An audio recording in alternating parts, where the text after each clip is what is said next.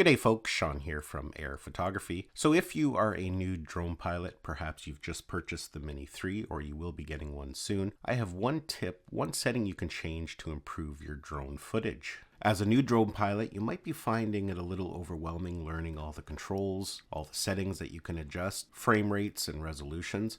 You might find yourself just filming in auto most of the time. And really for the most part, there's nothing wrong with that. In fact, I quite often myself film in auto. Today's drones are really capable, and even when filming in auto, you can still capture some pretty stunning results. However, with that said, even when I'm capturing in auto, there's one setting that I always change, and that is white balance. Setting your white balance can be very important, and when you leave it in auto, it can actually really ruin your footage. It's really easy to set, you don't have to have a lot of knowledge, and it can really impact the quality of video you capture. Now, before we get into how to change the settings, I just want to show you an example here of why it is important to set your white balance. Leaving it in auto can cause all kinds of crazy color shifting. So for this example here, you can see we're filming some fall foliage. It's just a straight down shot and everything looks good and nice and saturated. But watch as we move the timeline here. You can see as the camera starts to rotate and the drone starts to go up, you can see we lose all that saturation.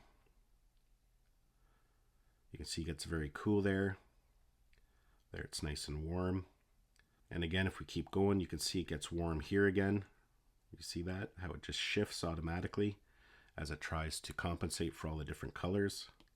In this situation, it's because there's so many different colors, different greens, and the drone's trying to balance everything out. So that can really ruin your drone footage. But that color shifting can be caused by other scenarios as well. For example, if you're flying on a cloudy day, you've got a mix of sun and clouds. When the sun is fully out, everything might look great, but as soon as the sun goes behind the cloud, you'll notice right away the footage changes. And again, that can be overcome by setting your white balance manually. And this isn't just for the Mini 3 here. This principle you can put to whatever drone you do happen to fly, whether it's the Mavic 3, the Air 2S, the Mini 2, even handheld cameras such as GoPros and other action cameras. Now there's two different ways in which we can access our white balance settings. Down in the bottom right hand corner, you can see we have a little icon that says auto. We can switch that into Pro mode, and down there at the bottom you can see it shows us our current white balance. And right beside that, it'll be hard to see on video here, but there's a little tiny A, and that means it's in automatic mode. That means the white balance is going to adjust as we fly in different scenarios and the lighting conditions change. So what we can do is we can click there, and that'll bring up some tools in which we can adjust our settings. Right at the top here you can see it says white balance, and it does say auto. We can disable that, and that allows us to adjust the settings ourselves. We can slide it all the way down to 2000 Kelvin, and you can see it gives it a very blue tone, or we can slide it all the way up to 10,000 Kelvin, and you can see now it has a very orange kind of yellowish hue to it. Now, a good rule of thumb, if you're not quite sure what to set your white balance to, is 5500 Kelvin. That's kind of a middle of the road, and in most lighting conditions it'll look good. Of course, if you do want to fine tune it a bit, you can use that plus and minus arrow.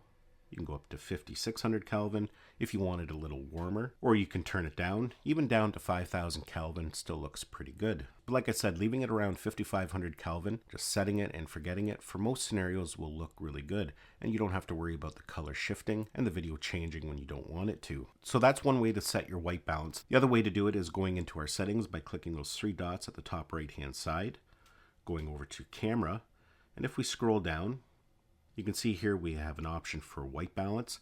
Right now it's set to auto. We can switch it over to manual. And again, you can see we can use that slider to move it up and down. The menu goes away so that way you can visually see what the color temperature is going to look like.